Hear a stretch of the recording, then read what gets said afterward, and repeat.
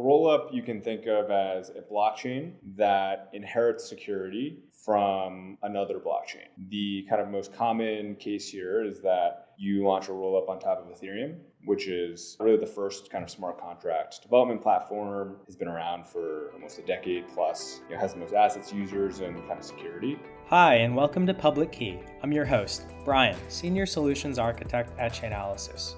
Rollups have been the go-to solution for scaling blockchains while being able to maintain the security properties and credible neutrality that blockchains like Ethereum have been known for. In this episode, Andrew Huang, founder of Conduit, shares some core insights about various crypto applications leveraging rollups. Andrew unpacks the concept of rollup technology and how it's used to support scalable and customizable blockchain applications, reminding the audience that they are quintessential in reducing blockchain transaction costs, thereby making platforms more accessible. He also explains that through Conduit's rollup platform model, businesses, including fintechs and traditional finance companies, can easily spin up custom purpose-built blockchains, vastly improving economic efficiency and innovation in the crypto landscape. Before we jump into the episode, on July 9th, our very own co-founder and CEO, Jonathan Levin, joined a panel of industry leaders and policymakers on Capitol Hill to testify at a pivotal Senate hearing on the landmark efforts to bring clarity and structure to digital asset regulation in the United States. A few takeaways from the hearing highlighted the fact that blockchain isn't lawless and in fact very traceable. And also, the digital assets demand a modern compliance framework and more resources from local and state agencies. To read all about the key takeaways, head down to the show notes and click on the link to the blog. Now on to the episode. Today I have on Andrew Huang, who is the CEO of Conduit. Andrew, thanks for joining us. How are you doing? Thanks for having me, Brian. Andrew, can you tell me a little bit about your background, how you came to found Conduit, what got you into crypto? And For sure. So my dad was in finance and has been around multiple kind of financial crises. The first being in like 98, where he was actually working at long-term capital management, which was kind of the center of that one. And then later, obviously, 2008, which kind of spawned ultimately like the Bitcoin kind of white paper. Yep. So obviously Bitcoin is super interesting as a primitive of this system where you can get different parties to agree to an outcome. So I was always fascinated by the idea. I think at the time I was relatively young, but later in college studied CS, and Bitcoin really interesting, but you could kind of only send payments, right? It's not a super programmable kind of interface. And so I didn't really take a stronger interest in crypto until like Ethereum, and really in like 2019, 2020, when I think DeFi started taking off and you started seeing kind of the Lego blocks coming together on what you could do with these like public computing platforms. And so I kind of saw that. I saw obviously the bull market where you had this insane amount of like capital flowing into the system, and fees were at hundreds or if not thousands of dollars to do a simple trade. And I think ultimately the vision for crypto is to give people freedom and control of their assets and their economic power. And if it costs thousands of dollars to send a transaction, that's just not something that people can use, right? And so I think that's ultimately where scaling, and kind of I had a background in distributed systems and scaling infrastructure at kind of large Web2 companies, and kind of that interest mixed with this new like distributed computing platform really caught my interest in being able to make that technology accessible and ultimately helping to bring more and more of the world on chain felt like a great mission, where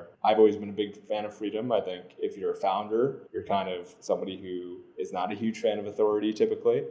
And so enabling people to have those options, right? Be able to self-custody. You can even see this in developing countries where they don't have a stable currency, right? And it inflates like 50% a day. And giving those people access to stablecoin where, their wealth can at least stay stable, if not, keep accruing, is just like an incredible use of that technology where they wouldn't be able to use it, right? If it was too expensive. So ultimately, we're starting with these more dire use cases, but I think over time, like crypto becomes this great leveler where in the United States, again, we ultimately, I think, take for granted how relatively well the system is set up. And I think crypto can really be a great force to help give that to everybody everywhere. You want to share a little bit about what led you to start Conduit?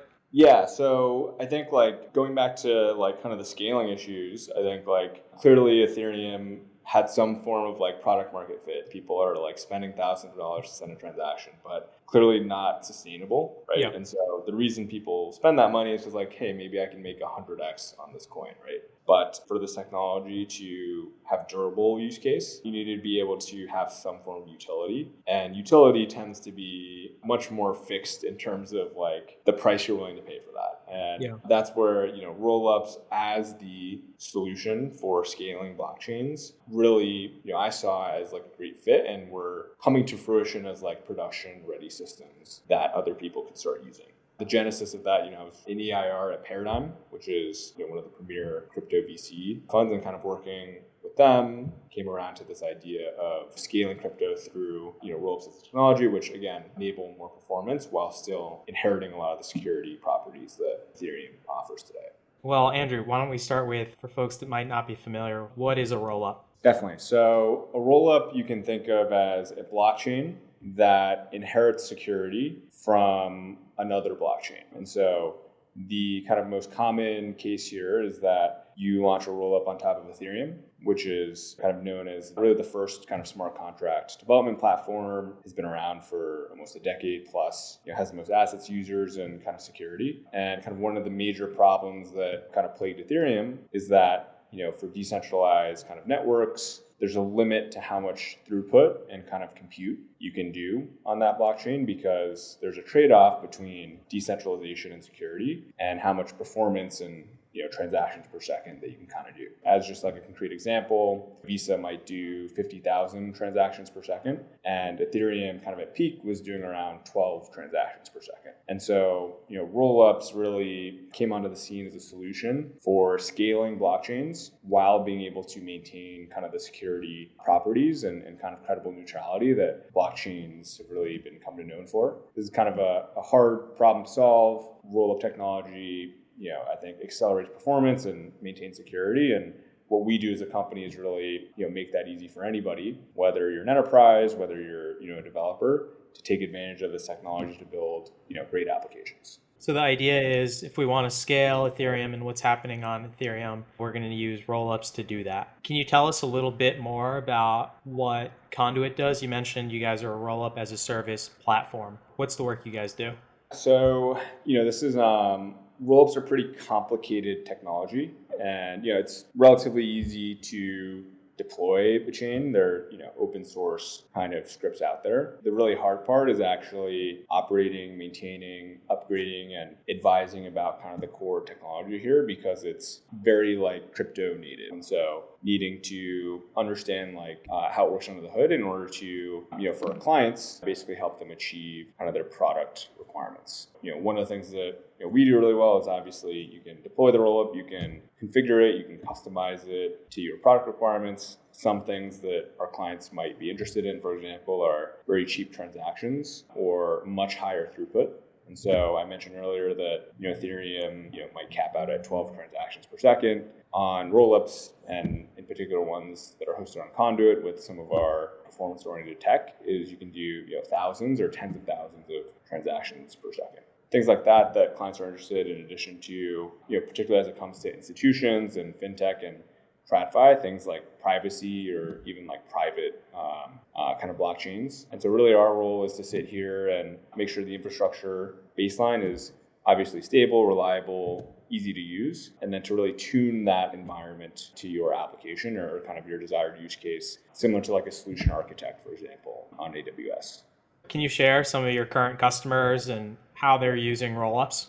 Our customers really range from like very crypto native customers. So Avo is one of the first high performance decentralized exchanges. One of our first customers. They've done billions in kind of volume in their lifetime, and very crypto native customer came to us, wanted to roll up for cheaper transaction fees, higher throughput. So did Avo have their own chain before? Avo originally, was built on Ethereum layer 1. They were interested in like bringing options on chain or basically building strategies for their customers to, earn yield. I think one of the challenges you run into very quickly is that it's very expensive to run on Ethereum, and you're just limited in terms of the design space because it is so expensive. And you're competing with random meme coins kind of going wild on Uniswap. That's where like a separate dedicated blockchain that you could dedicate to your application versus competing with other applications was really important to them. And I think starts to unlock different like design opportunities. And so for them, they wanted to basically build a high performance kind of exchange, decentralized exchange. And that was only possible with this rollup architecture where they could, settle transactions and settle these trades on an environment that they controlled. They could control the gas parameters and importantly, like get the right cost structure to make the business actually work.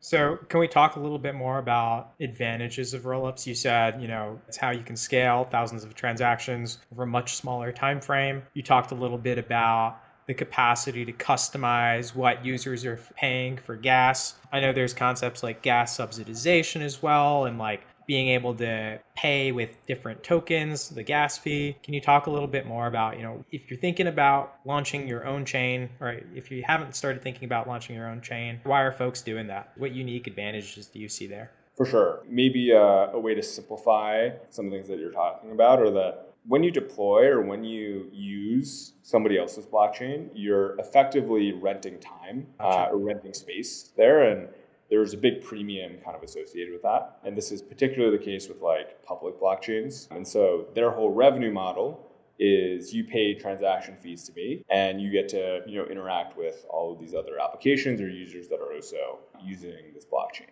I think where that stops working is when clients or customers want to build a specific application that can't fit within the bounds of that kind of one size fits all kind of environment. And I think in terms of cost structure, I think the big difference between your own blockchain and somebody else's is that you really get to translate essentially those on-chain fees into cloud server costs. And so cloud server costs scale much better than traditional on-chain costs, where you might pay a couple of cents or even sub-cent per transaction. Obviously, it's much cheaper to actually process that in cloud. And there's a reason public chains kind of charge that premium, but when you launch your own chain, because of that inherent cost structure advantage, you can actually do a bunch of interesting things. So you mentioned things like custom gas tokens. And so that's where, for example, this is a very common one where we have projects, they have a token, they'd like to add more utility to it and make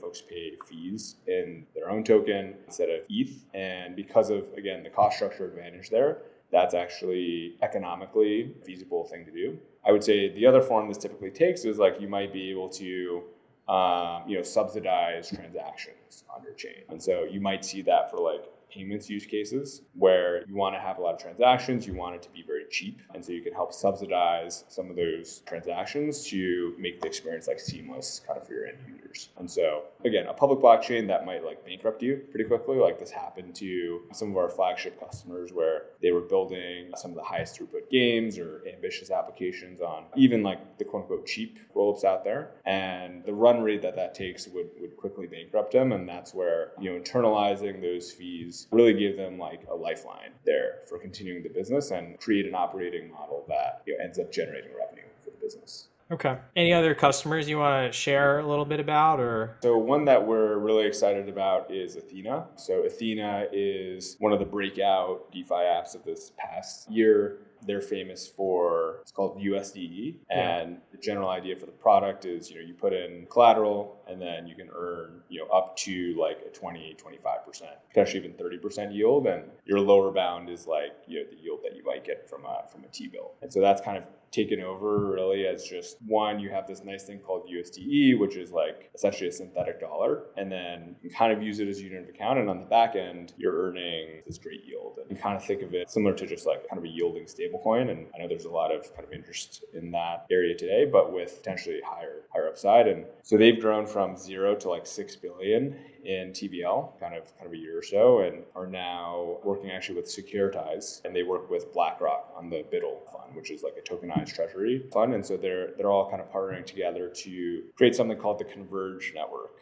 And they could probably pitch you better on it than I can, but and I think the general idea is kind of marrying and kind of bring together native on-chain like DeFi liquidity and on-chain composability and rich DeFi ecosystem with more kind of institutional, traditional kind of capital flows. And Athena Network really being the place to kind of bring that all together. So we think it's super interesting. I think as crypto matures as a technology, I think it'll start to eat more and more and even expand what traditional finance applications can actually do and take advantage of. And I think we're already seeing this with things like stablecoins and international remittances and payments. And as the technology gets more mature, more accepted, it starts to become really interesting in what you can really do and co-locate on these blockchains together. Just so I understand this correctly, Athena rocketed to 6 billion in TVL. They have USDE, the stablecoin. Why are they thinking about launching Converge? What was their rationale behind using a rollup to do that? I think it's just an evolution of any really successful or like kind of most successful applications in crypto is you might use public blockchains or shared blockchains for bigger ecosystems to help bootstrap what you're doing. And so that's what Athena executed on really well is they're primarily on Ethereum today.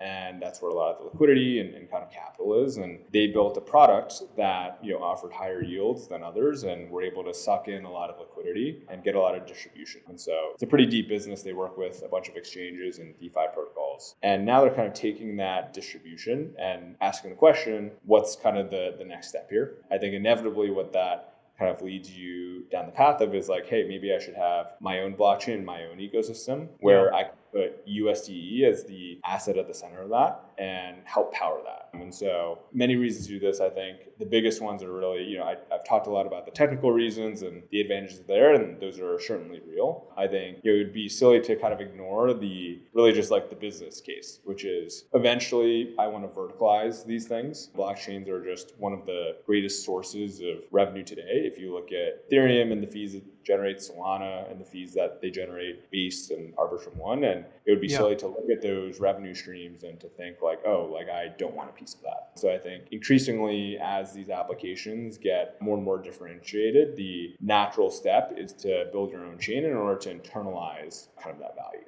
These successful applications, they're launching these rollups, these chains of their own in order to internalize the revenue being generated from the activity that's being inspired by whatever application this might be. Cool. Exactly. Do you see if all these successful applications go and launch their own chain, do you see an issue where liquidity just gets fragmented and isolated and locked up on specific chains? And do you see any issues arising out of that? I mean, it's certainly something that people talk about in terms of like I would say that the real thing that needs to be solved is like, how do I as a user like seamlessly use any crypto application? Right? Whether it is on Ethereum or it's on Solana or it's on various rollups. And I think that gets solved over time kind of in the background with various interoperability protocols. And I think even if you look on Solana, like some of the major protocols there are in the process of verticalizing more, whether that's like Pump Fund, right, integrating its own AMM instead of using, I forget which one they're using. And then I think it's Jupiter, right, or one of the other AMMs. I think it was Radium that they would auto deploy once the token graduated is the language, I think.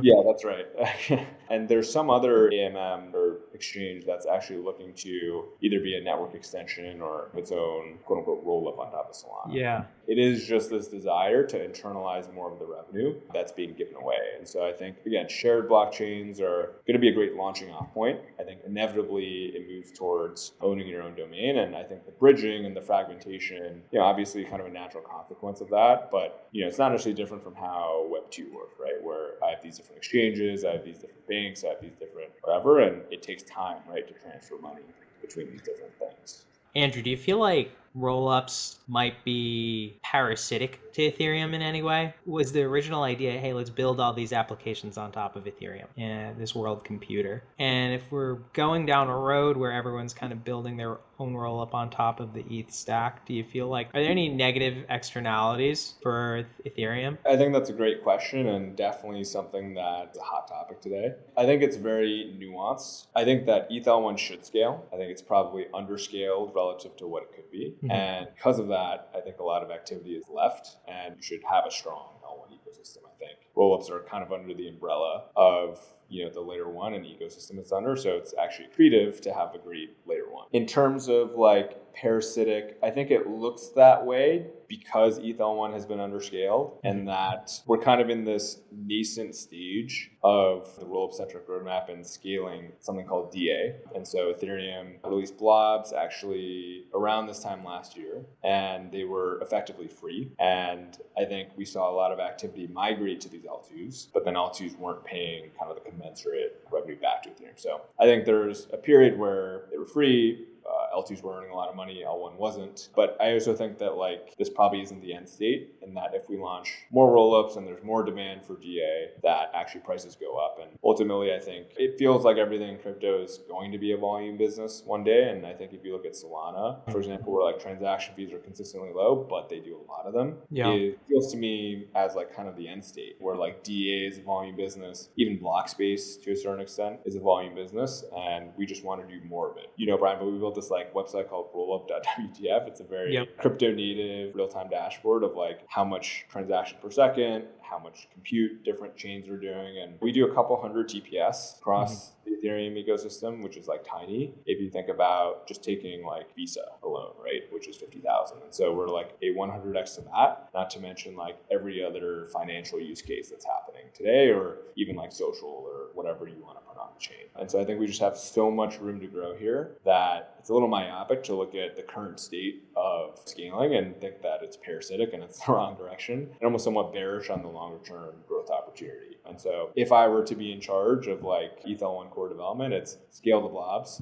and scale the execution of layer one. And that I think will put us kind of in the best position to capture the upside of bringing the world on chain. You mentioned Base a couple times. Base feels like this extension of Coinbase, right? Does it make sense for traditional exchanges? Like, should every traditional exchange have their own blockchain, their own rollup? Do you see, a world where someone like Robinhood and these different players also have their own rollup? I mean, totally. I think these exchanges definitely shouldn't like integrate with like Base because it's like, obviously competitive. I think the question is ultimately, what do you want to do with it? And so I think Base had a pretty clear vision around being this like big developer ecosystem, bringing the world on chain and like doing a huge kind of GTM around that. And that's kind of one way to do it. I've heard other approaches either around like payments or, bringing exchange volume on chain. And I think ultimately it makes sense as long as you can figure out like a differentiated product or a differentiated distribution strategy.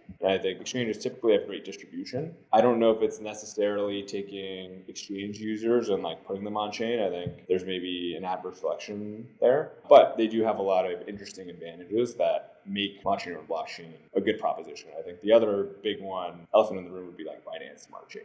Beyond exchanges, who else do you think should be considering using rollups? Other further token issuers? Do you see a world where FIs are entering this space? So like a really interesting use case that has kind of taken off this year is really like stablecoins. A great example is like Bridge, which got acquired by Stripe. A big portion of their business is like international payments, right? Just because it's such a painful process. And if you can settle like pretty much instantly with a stablecoin, it's hugely preferable over like navigating that legacy network. That's a huge use case today. So Bridge is like Zach is going to explain it better than I can, but like it's essentially like an API for using and transferring stablecoins. And so like let's say that I want to send money in the United States to like some random country that you've never heard of. As I understand it, it's a very complicated process of routing through the banking network to various places, and then there's even the last mile problem of getting it from that bank to wherever it kind of needs to go.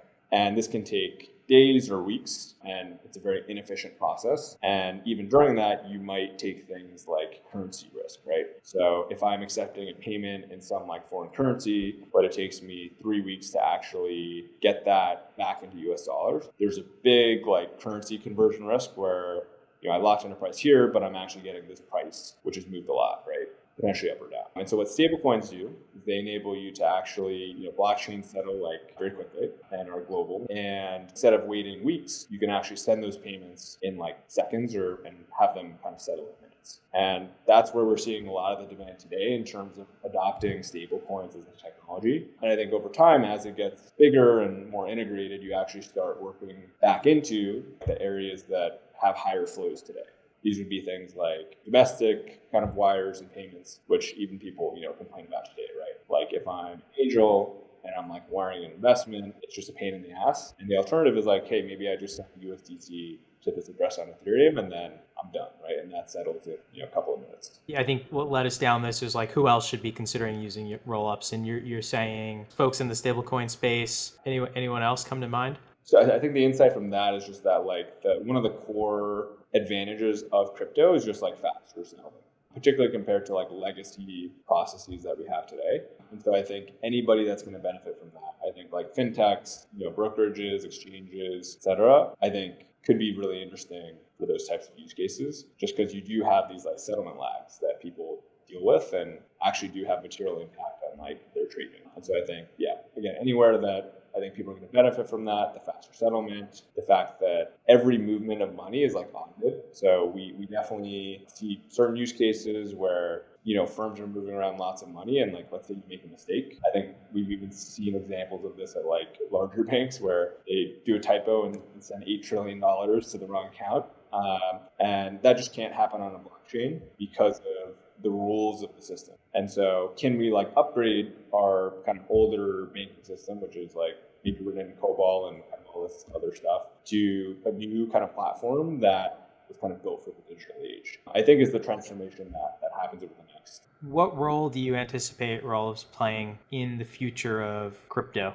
Our thesis and what we really believe in is that rollups are the right form factor for scaling crypto. And so I guess zooming out, I think kind of the value proposition of crypto is it's this credibly neutral platform that many different parties can interact with and kind of trust that things are going to be handled appropriately and going to be secure and safe. And the main trade-off with that kind of technology is that it's very slow, limited throughput. I think what rollups do is they enable you to take advantage of that technology and the properties there around security and to scale it. So do much more performance than what you could do.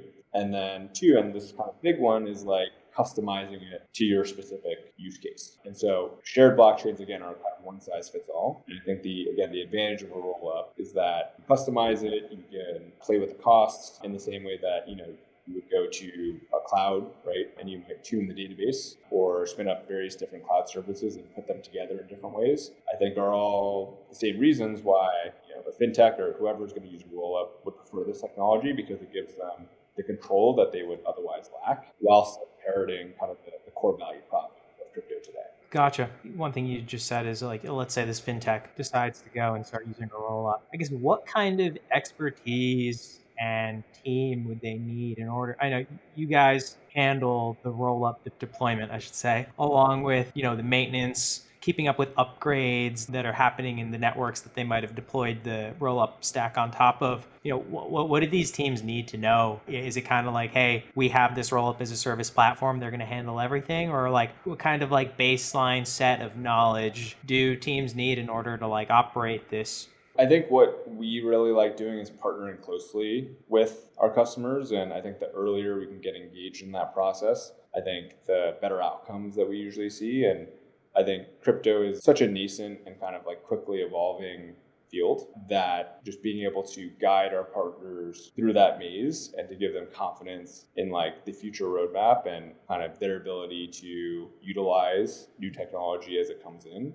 is, I think, what we spend a lot of our time doing. And so obviously there's the hosting of the infrastructure and the configuration and all this stuff, but I think what our customers find most valuable is really just I would call them like kind of like advisory services, or really just being good partners there and like solution designing. Again, I think the earlier that we can get involved, I think the better, because it's a very windy and kind of labyrinth-like thing, and zooming out and kind of thinking from first principles has always been kind of our bread and butter there.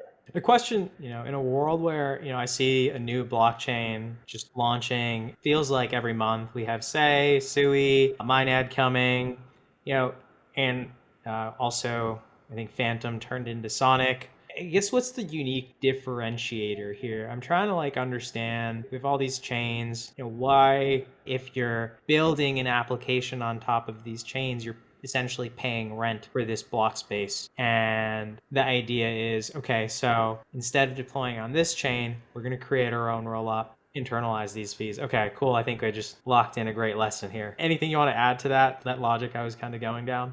No, I think it's good logic. I think, listen, like it depends on what your goal is, right? So you mentioned a lot of alt layer ones. I think like what people see there is like, hey, there's like, if I can be the ecosystem where we can attract a lot of activity that has a network effect and would be really valuable. And so, I think that's a slightly different game. It's maybe the game like Base is playing, right? And, on a long enough timeline, like these chains, once they reach capacity, because there's only so much you can vertically scale a single network, they inevitably ask us about rollups. And so there's like a number of like, I wouldn't call them legacy, but like big blockchain networks that are starting to reach capacity and are now very interested in kind of our solution to help them continue to scale. And so again, like we're kind of like Switzerland, we're like neutral. We want to give people kind of the block space wherever they need it. But I think in terms of enterprises and companies and applications building, it does feel like the end game is really kind of their own chain.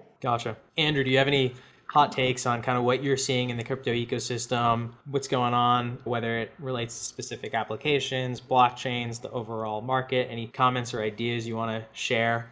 I don't know if I have any hot takes. I think maybe what I'll say is and like certainly I would put myself in this category, but I think generally there's probably too much infra and like not enough applications. And in the past couple of years, it's maybe been profitable. And like if you look at the kind of token dynamics of infra coins, like maybe there's some incentivization to do that. But I think if we can have the incremental like brain sweat be put into how do we get crypto more demand, how do we get more adoption, what are the interesting existing flows kind of in the real world that we can start to bring on chain and deliver real value, I think that would just be very good for crypto in general. And I think, one of the reasons that we're so excited about like companies like Athena building their own rollups is that the old style of like DeFi founders, like you build it and they'll come. And like that was very successful in kind of the early innings of crypto where people were kind of still figuring out this technology and what is even a token and like how do I value this. And I think increasingly as we've seen that accelerate and turn into something like Pump Fund. I would say Athena and Guy are kind of like the DeFi 3.0 style founder where instead of sitting back and like waiting, I think you kind of go out and make it happen. And I think crypto would really benefit from having more founders, I think like that, who are like long-term oriented, but great operators and kind of executors. And one of the reasons we're very excited to kind of work with them and help bring their vision, into reality. Gotcha. So Andrew, I know a lot of folks have different roll-up stack options, and maybe you can talk a little bit about, hey, I'm thinking about deploying a roll-up. What kind of like, it's kind of like putting pieces of a puzzle together in order to launch your own blockchain. So who do you guys work with when it comes to deploying these roll-ups, and what are important considerations? As a business, it's important to us that we work with kind of the best partners here. And so there's a pretty, I would say, rigorous evaluation criteria of what technologies we support, including like where the technology is today and where it's going to be in like 3 to 5 years, right? Because it's a big investment for us to become experts in that technology and to really like own that outcome for our users. And so we partner very closely with Optimism, who are the developers of the OP stack. So this is like what technology stack Base is using today. And then we work very closely with Arbitrum, a developer corporation off-chain labs. And so that's the technology stack that Athena, and Securitize and BlackRock are going to be using. And so they're both great technology stacks. We work very closely kind of with them, and we want to expand the number of things that we support. We're ultimately limited by like bandwidth and developing kind of expertise in those things. And so we've just been very disciplined about what we do support. And I don't know if it's lucky or what, but I think for these stacks that we support in the general market, I think it's primarily composed of the stacks that we support. And we want these to be kind of like deep, kind of long-term relationships that are highly complementary. Andrew, one phrase we've been using back and forth a little bit, maybe we should elaborate on is, what's a stack? A stack would be like rollups are a general category of technology, and then the stack would be the specific implementation of that. There's kind of the high level idea and then like how you actually do it. And as with like kind of any important thing, like the details really matter there and do have impacts on what you're able to build and kind of what you're able to do. And I think that's one of the things that we see as our role in this is like working with these teams, influencing their kind of roadmaps, passing them feedback, but then also also enabling our customers to navigate which technology framework or stack that they use that will give them the best chance of building kind of their product. And so it's kind of a very technical, kind of like deep thing. And again, that's where the expertise in the stack really matters, because you need to know how to tune and configure things and when things break and when things don't. But you can kind of think about it as like what database you end up using. I think this is pretty common in like Web 2, where do I use Postgres? Do I use MySQL? Do I use AWS Aurora? And if I make the wrong decision 2 to 3 years from now, once I'm like scaled, it might be like this huge Herculean like migration I have to do. And it would be great if I could just make the right decision. Andrew, thanks for joining us on this episode of Public Key. I want to ask before we close off here, do you have any closing thoughts, or, if folks are interested in learning more about Conduit or Rollups, what's the best way to do that? I think we're at a very critical moment kind of in crypto where, from a regulatory perspective, the US, it's never been better. And we're starting to see more institutional and more fintech TradFi adoption. And ultimately, the technology is here, it's ready. And I think it's an opportunity kind of once in a generation to really onboard and get more of these flows onto credibly neutral block space that anybody can access and can use. So that's what I'm personally very excited about. In terms of Conduit and finding out more, you can, we have our Twitter, Conduit XYZ. That might be a little more crypto Twitter centric. And then of course we have our website, conduit.xyz, that has more information on what we do and what we can offer folks. Great. Thanks for joining us, Andrew. Thanks for having me, Brian. As you can tell, we are taking it easy in the summer when it comes to releasing episodes and giving you a chance to catch up with some of the best episodes of Season 3. We appreciate all those who have been loyally listening to every episode, especially with top-tier industry professionals that have joined the podcast this year. Keep on sharing. The recent record-breaking Bybit hack of 2025 that saw the loss of over $1.5 billion is still fresh in many of our minds. However, there is a silver lining. In the first ever cryptocurrency seizure in Greece, the Hellenic Anti-Money Laundering Authority, with help from Chainalysis, traced and froze a portion of the stolen funds. To read up on the details of the seizure and the power of public-private partnerships, head down to the link in the show notes.